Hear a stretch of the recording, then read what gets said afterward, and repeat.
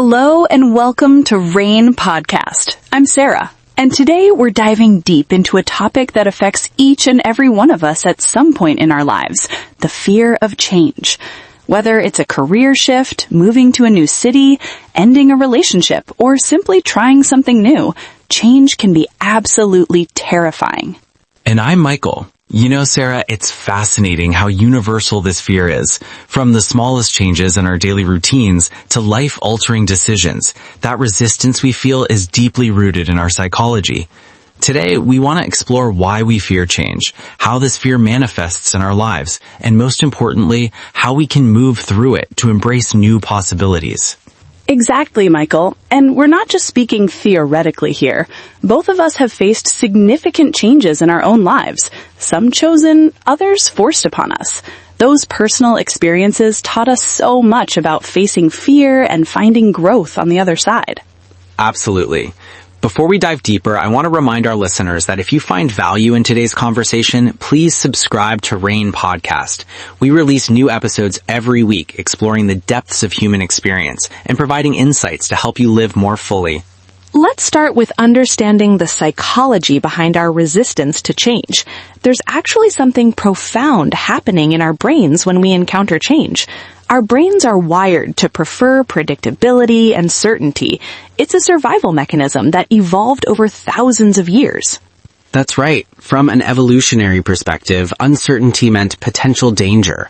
Our ancestors who were cautious about change and the unknown were more likely to survive. So in many ways, this resistance is hardwired into us. And our brain processes change as a threat. When we face uncertainty, our amygdala, the part of our brain responsible for detecting fear, activates our fight or flight response. We experience physiological reactions like increased heart rate, heightened alertness, and sometimes even anxiety or panic. I experienced this viscerally when I was considering leaving my secure corporate job to pursue more meaningful work. Even though I was deeply unhappy in that position, the thought of stepping into the unknown triggered intense physical anxiety. My heart would race, I'd have trouble sleeping, and I found myself creating endless what-if scenarios, most of them catastrophic. That fear response is so common. And there's another powerful psychological factor at play, what's called the status quo bias. We have a strong preference for things to stay the same. The familiar, even if it's not ideal, feels safer than the unknown. Absolutely. We tend to overvalue what we currently have and undervalue potential alternatives. It's why people stay in unhappy relationships or unfulfilling jobs far longer than they should. The devil you know, right? That reminds me of my own experience after my divorce. Even though my marriage had become unhealthy, I found myself grieving not just the relationship, but the identity and life structure I had built around it. Who was I now? What would my future look like? That uncertainty was almost harder than the pain of the relationship ending.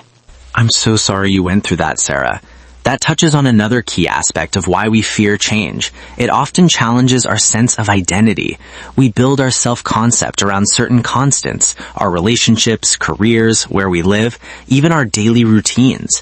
When those change, it can trigger an existential crisis of sorts. Exactly. And there's also a phenomenon psychologists call the anticipated regret. We project into the future and imagine the regret we might feel if a change doesn't work out. This anticipated emotion can paralyze us from taking action. That's so true. We forget that staying put is also a choice that carries its own potential for regret. I think of all the people who, at the end of their lives, regret the chances they didn't take far more than the ones they did, even when those choices didn't work out perfectly. There's a beautiful quote by Joseph Campbell that speaks to this. The cave you fear to enter holds the treasure you seek. So much of our growth and fulfillment lies on the other side of change, yet fear keeps us from walking through that door. Let's talk about the different ways fear of change manifests in people's lives. Sometimes it's obvious, procrastination, avoiding decisions, or creating excuses, but other times it's more subtle. Like overanalyzing every option until you're paralyzed by information overload, or seeking endless opinions from others rather than tuning into your own wisdom. I see this a lot with clients I work with. They know what they want to do, but they keep looking for that perfect guarantee that it will work out. And of course, there are no guarantees. That's part of what makes change so frightening. The outcome is uncertain. Michael, would you mind sharing more about your experience leaving your corporate job? I think many of our listeners might relate to that specific fear. Sure. I had spent nearly a decade building a career in finance. The pay was excellent, I had status and recognition, and from the outside it looked like success. But inside I was miserable. I felt no connection to the work. The culture clashed with my values, and I was becoming increasingly anxious and depressed. Yet, making that change was still difficult. Incredibly difficult. I had built my identity around being successful in that particular way, and there were very real practical concerns. I had a mortgage, financial obligations, but the deeper fear was about who I would be if I wasn't Michael, the successful finance executive. I worried I was throwing away years of hard work, and honestly, I worried about what others would think. What was the turning point for you? It came after a health scare. Nothing serious in the end, but it was enough to make me realize how precious time is. I started asking myself, if I continue on this path for another 10 years, will I be proud of how I spent my life? The answer was clearly no. That clarity finally outweighed the fear. That's such a powerful story, and it highlights something important. Fear of change isn't irrational. Change does involve risk, but staying in situations that drain our spirit carries its own significant costs. Absolutely. And I think that's a crucial point for our listeners. If you're feeling afraid of a change you know you need to make, that fear doesn't mean you're doing something wrong. It means you're human. Let's talk about some strategies for moving through fear of change, because the goal isn't to eliminate fear, it's to act despite it. First, I think it's important to acknowledge the fear rather than trying to suppress it. When we label our emotions, I'm feeling afraid right now, it actually helps reduce their intensity. And get specific about what exactly you're afraid of. Often when we shine a light on our fears, we can see them more clearly and realize some aren't as likely or as catastrophic as our minds make them out to be.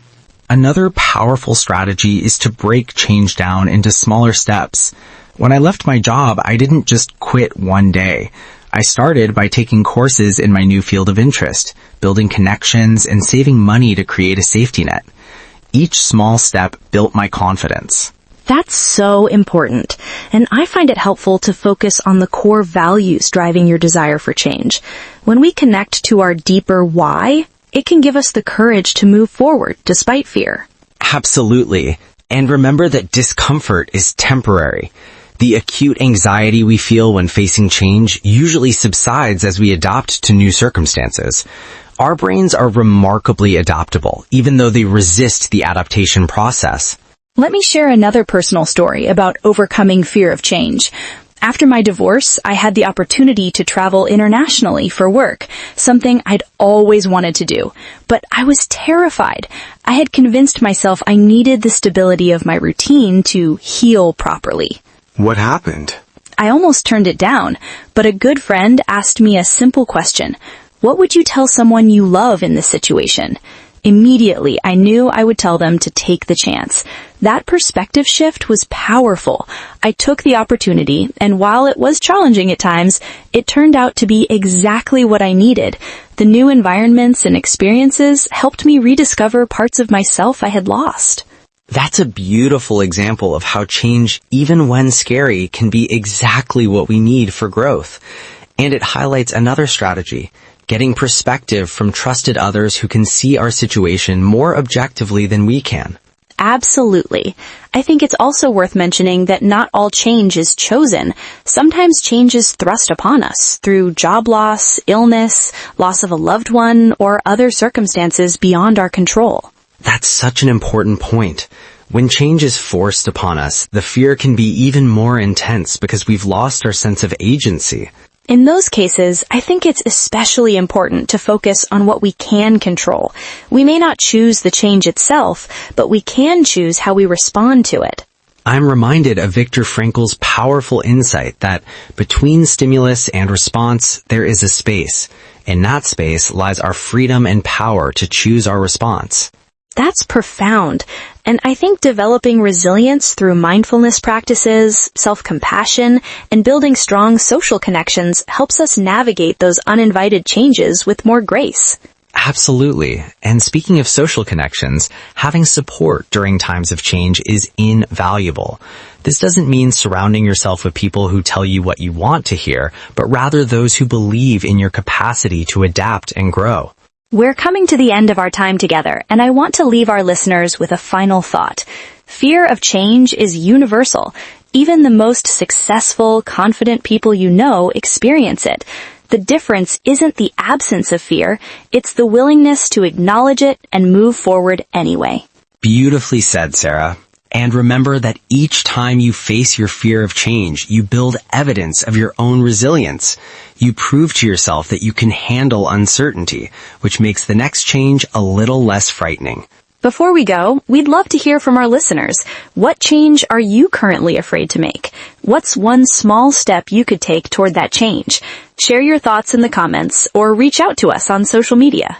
And if you found value in today's conversation, please subscribe to Rain Podcast. We release new episodes every week exploring the depths of human experience and providing insights to help you live more fully. Thank you so much for listening to Rain Podcast. Remember, the changes that scare us the most often lead to our greatest growth. Until next time, I'm Sarah.